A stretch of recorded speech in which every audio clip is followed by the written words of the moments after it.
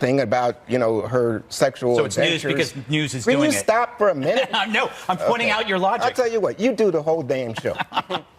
Okay, so Gee whiz. it seems to me like we have a situation where you have somebody come out and do this unprecedented act, and then you have a situation where she seems to be telling the truth. And I think there was lots of question, is this woman a truth teller, or is she simply self-aggrandizing or taking advantage of this moment?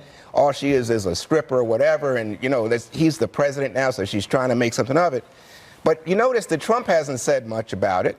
And even today, when I was looking at it, I thought to myself, wait a minute, she's only one of three, because then you've got the Karen McDougal, you've got Summer Zervos, and now in the Summer Zervos case, the judge has allowed that charge to go forward, and potentially the president will have to be deposed, and that will put him on the record. Again, this is tremendous danger in terms of his political stability, and I think that's where this is going. The other point is, if she's telling the truth about the payments and being threatened, well, then you have potentially a Federal Election Commission violation in terms of, contribution to a campaign, because it was done to advance President Trump's campaign at a critical moment just before the 2016 election. Mr. Williams, can I respond now to you? You can respond, but I get tired of you interrupting because I don't do it Juan, to you. You are the king of interrupters. Oh, stop. Imagine if the press liked Donald Trump. They would say, this is just sex. If you remember the argument, this is just sex. And they would also impugn our country, and they say that, gee whiz, our puritanical values are being laughed at by the progressive Europeans who understand that our world leaders have affairs. But somehow that goes out the window now. 60 Minutes is now the puritanical American program. I would say about this lawyer, I think his name is Avenatti, and he's worked for about 150 Democratic political campaigns, for Joe Biden, for Rahm Emanuel.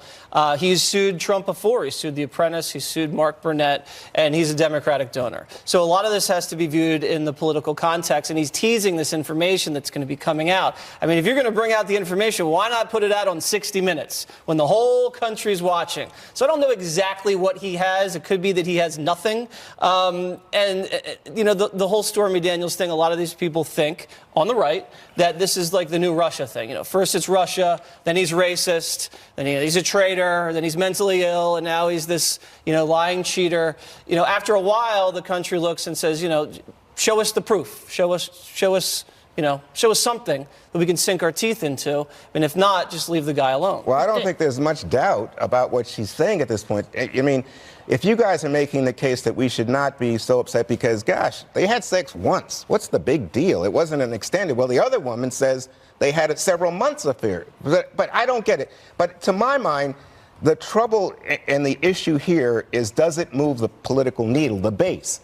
And you're saying it doesn't move the base because everybody just sees Trump as under siege and therefore don't pay. I just don't think most Americans feel it. Most Americans are saying, seems to me like we're in constant chaos, and this guy invites a lot of tawdry behavior that I don't even feel comfortable talking about with my kids. Well, it's also much in the past. They're bringing it up now. I think there are political and financial motivations Well, I think involved. that one of the reasons, though, we have to remember, the reason that this came up again is not because she didn't break the silence first. Right. It was the Wall Street Journal's reporting that reported on the payout from Michael Cohen. And that's what started this whole ball rolling. Because otherwise, we might never have heard about this. So it was sort of good old-fashioned shoe leather reporting that gets us to the article that then she says, well, wait a second, I'm not going to be put in this position. And we have the back and forth. The one thing about the lawyer constantly saying, we're going to have more, we're going to have more. The news cycle changes so fast these days that when you tell us that you're going to have more, you better mean by 3 o'clock this afternoon. Yeah. Okay? Otherwise, we're going to lose interest or we're going to think you don't have it. And I think the longer they try to drag this out, you have to ask, I don't think that we got to the final answer last night, which is, what is the end game? Like, what do you want? And I can understand what Michael Cohen's wanting, that defamation suit, the NDA he thinks should be in place. So they want it just to stop. It's not going to stop. Yeah, now she's so I don't see him how for it defamation. ends. So now The he's end game involved is personally. impeachment. That's what this is about. This is when each road to impeachment ends up a dead end.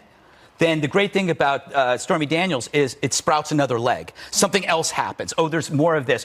I have pictures, something to come. So all this is it allows the media to breathe into a paper bag over Trump. Right. They want to hyperventilate over it. But yes, at the same time, it's like also a distraction to what we're supposed to be focusing on in the country about something that was a consensual relationship back years ago. I'm rapping. Ahead. Some of our reflections on this weekend's March for Our Lives and calls for a revolution. We'll be right back.